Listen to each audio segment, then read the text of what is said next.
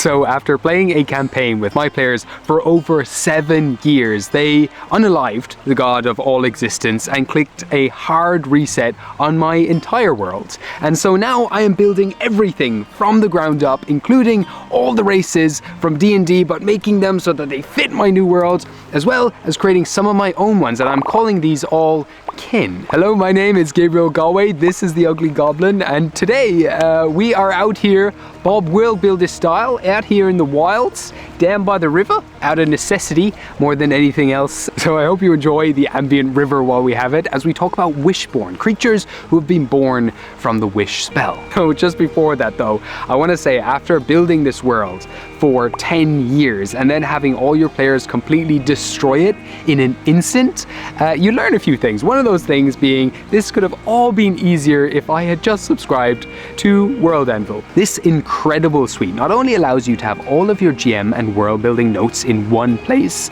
in a very professional wiki style format, but it's also got built-in DM screens, character sheets, stat blocks, and map integration. And World Anvil not only covers Dungeons and Dragons, but over 45 other RPGs, including Daggerheart, with character sheets and stat blocks for domains, communities, and ancestries, so you really can't go wrong here. And so if you're interested, do check out worldanvil.com in the description below, and if you like what you see there, use my coupon code GOBLIN, all caps, at worldanvil.com. That will give you 51% off any premium subscription there. Thank you so much to World Anvil for sponsoring this video. So when you wish upon a star, or a djinn, or a dragon, or a very powerful fae, a Wishborn can come into being.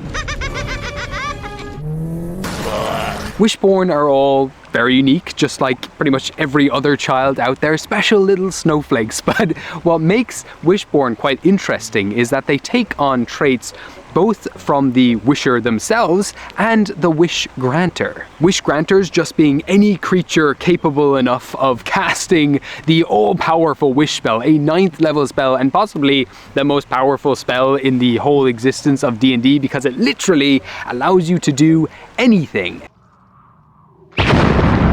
But not only this, they cast this spell willingly and possibly frequently to anyone out there who just wishes to have a child. Or possibly for some other scenarios which we'll cover later in this video. But with the wish spell being as potent as it is, it's near impossible for a Wishborn to be created without the signature of the spellcaster rubbing off on them. And so Wishborns will, yes, represent the people who wished for them, the parents of the Wishborn, but they'll also have these very defined, specific motifs that reflect the spellcaster who cast the wish to begin with. So the child will end up looking like whoever asked them to be born, whoever wished for the child, but also they will inevitably take on physical traits, physical motifs that reflect the caster's magical powers. Stars across their skin, or maybe a collection of scales, or perhaps even wisps of arcane mist that roll down their body, or perhaps they just glitter and gleam and sparkle all magic-y like. But whatever the case may be, this kin will be forever marked by the caster who made them. And so every Wishborn out there will have a very unique and distinguished flair to them, unless of course there's like some djinn out there mass producing Wishborns to every childless parent in the neighborhood, in which case you might find a lot of children in that area have maybe floating hair or something. Or imagine there being a whole setting where basically having children is illegal unless you go to a specific wizard to grant you a child. And then in those kind of situations, if you want an athletic child, you definitely want to go to, say, Wizard Nike or Wizard Adidas. Or if you're looking for a particularly handsome child, you might want to go to Sorcerer Gucci. And you can imagine there are probably people out there too who can't afford these expensive wizards, and so like this is just this is just like the entire premise for robots essentially. If you want to run a robots game, but like in fantasy D&D, there you go. There's your game. But I'm getting ahead of myself, and it's raining. But I'm going to cover some other plot hooks towards the end of this video, but before I do, I just want to cover a few more distinctive features of the Wishborn, because basically any Wishborn right now, as they currently are, as I've currently described them, they can look like anything, any kin in the world, but there are a few distinguished, unique traits that every single Wishborn has that helps you identify a Wishborn from any other kin. But yeah, I am an illustrator, and so I like to have very distinguished physical traits that each kin has to make them all unique. We all like to be able to look at a kin and be like, that is that, this is that, and it just feels good, you know? So here are the ones for Wishborn. So regardless of their parents, Wishborns will always have very stout, downturned pointed ears, as well as technicolored skin and beautiful gemstone eyes. Their hair will often be a complementary color to their skin tone, and they can come in medium or small, and they're usually going to be a humanoid shape. So if a goblin was to wish for a Wishborn child, for example, that child would most likely take on typical goblin proportions and features, being naturally on the smaller side of things, but they may also possess ruby eyes, bluish skin, and perhaps even a few green hairs if they have any hair at all on their head. And if, say, a genie cast the wish spell to birth this goblin into existence, then that goblin may also be comedically light and often like float around as they bounce from place to place. They might even have to have a massive backpack filled with different weights just to keep them grounded and stop them floating off like some sort of hot air balloon. Or imagine an older drow woman who, after hundreds of years on this planet, has not once had a child, and in her later years wishes upon a star for a chance to be a parent and to raise and love someone as their own. The next morning, she wakes to the sound of a screaming child and finds a small elven boy at her doorstep with silver star motifs across his body,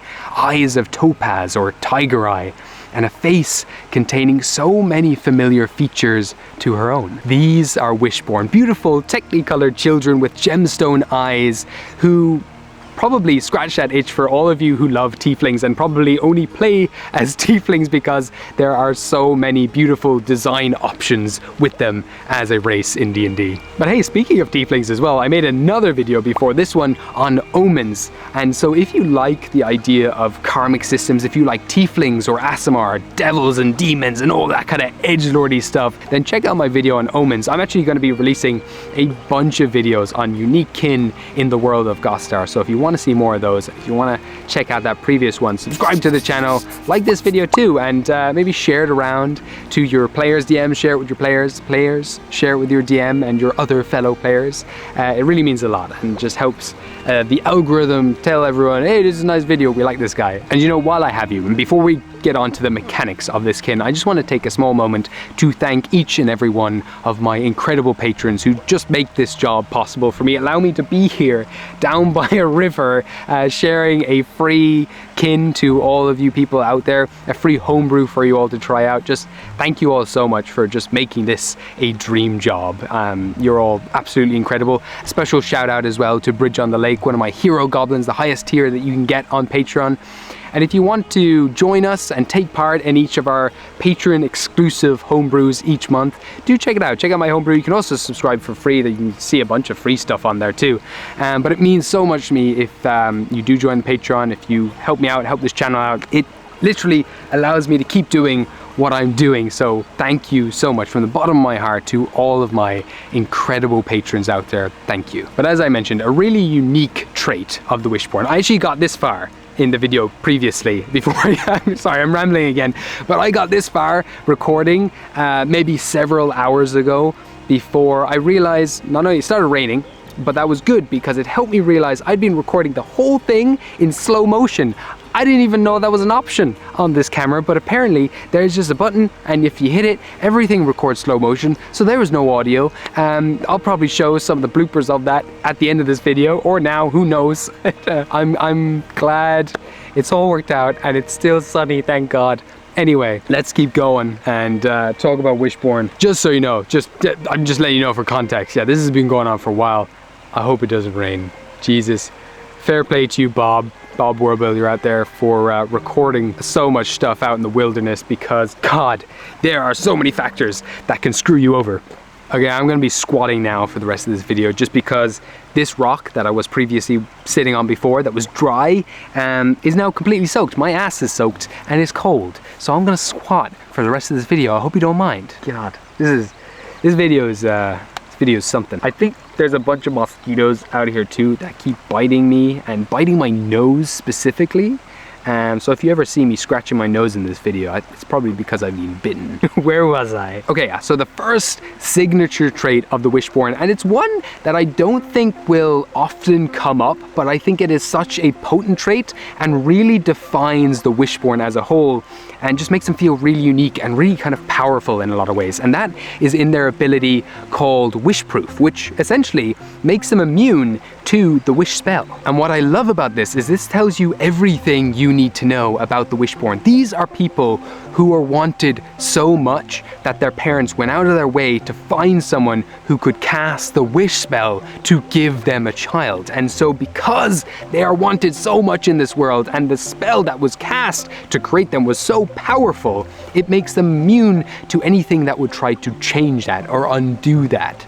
And that also leads me into my second feature, which is an ability called Unchangeable. And this literally prevents the Wishborn from being affected by spells such as Disguise Self or any of the polymorph spells, True Polymorph or regular Polymorph. But that also comes with a caveat that you can't be a druid when you are a Wishborn. Now, obviously you can chat with your DM about this and decide if that's something you want to keep or not, but I like to have a defined and quite a potent weakness with all these kin that I am creating, and that is one of them, that they cannot wild shape. You cannot for any reason hide your true form, hide who you are and who your parent wanted you to be. Like I said, your parents, whoever created you, went out of their way, cracked out a wish spell to ensure that you were born into this world. So take a moment to consider possibly what price they paid to have you birthed into this world. Now, I think the likes of wishing on a star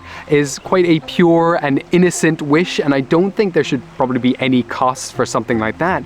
But maybe your parents went to a great and powerful Fey Lord. And so do you think there was any great trickery worked into the deal that was made to grant them this wish? Perhaps when you come a certain age, you will be claimed by these Fae, or perhaps owe them a favor later down the line. Or what about a dragon? Perhaps your family was from a great noble house who could not have a child, could not have their lineage continue any longer, and so they sought out a great and powerful dragon and offered up all of their wealth that they have ever earned to this dragon just to have their family line continue. But now that you're born, they expect you to bring the family, to bring this royal house back to the great kingdom that it once was. Or if we look at something like a djinn, who are traditionally very famous for adding little twists to their wishes, maybe you as a child came out a little stranger than what your parents wanted you to be. But whoever the wish granter may be, as previously mentioned, their magic has rubbed off on you in some way or another, not just physically though, but also in the final ability of the Wishborn. And this ability is called Bursting with Magic, and as it is written right now, it basically gives you access to Fairy Fire, and then at later levels you get access to Augury, but that is just the base design. And it's a nice little flair too, it adds a little more to the Wishborn, sure, but where this kin really shines is where you collab with the DM to swap out these two spells for something that is more fitting for the type of Wishborn that you want to play. So if a dragon cast the wish that created you, consider changing them out for more dragon-coded spells. So like Find Familiar maybe allows you to summon a pseudo-dragon, a miniaturized version of the being who created you, and you could put in the second level spell as Dragon's Breath. I mean, that's a pretty obvious one. Or if it's a djinn, perhaps even consider taking the Absorb Elements and Levitate spells. And this final flourish to the Wishborn should be a little open for you and the DM to workshop and figure out exactly what kind of story you want to tell to get the most out of this kin. Like, imagine your Wishborn not being born from a grown adult wanting to be a parent, but perhaps even from an orphan child who just didn't want to be alone and wanted some sort of sibling to look after them. And so now all of a sudden you're birthed into this horrible existence and have to survive in the slums with this person you don't even know and resent them for the rest of your life for bringing you into such a horrible space, and for them just being so naive and not thinking this through whatsoever. But imagine these two characters are actually players in the game, constantly arguing, but in the end of the day they do genuinely love each other and will always have their backs at the worst of times. And the two spells that you received could be based off of that little girl just wanting wanting someone to look after them in this horrible world that they grew up in. And so maybe your two spells are shield and aid. Or how about we take that previous concept of an heirless king who's now an NPC that the players interact with, who then eventually send them on a quest to find this legendary wishing lamp that has a djinn trapped inside, so that he can ask it for a wish to give him an heir so he can actually continue his line. Or perhaps he's already trying to attempt that on his own, trying to trap and imprison a djinn or a fae or a dragon just so he can make this wish, and the players have to stop him. I love the potential that Wishborns bring to the table, and I think one of the most beautiful traits about it is that it allows anyone out there to have a child if they want. Or alternatively, if you just want to spawn into the world and have no fucking idea where you are or what's happening, the Wishborn has you covered. Yeah, we'll end it there. That's perfect. Oh, my ass! Goodbye. Look at this beautiful river. That's my rock. There's probably some fish in there. Goodbye.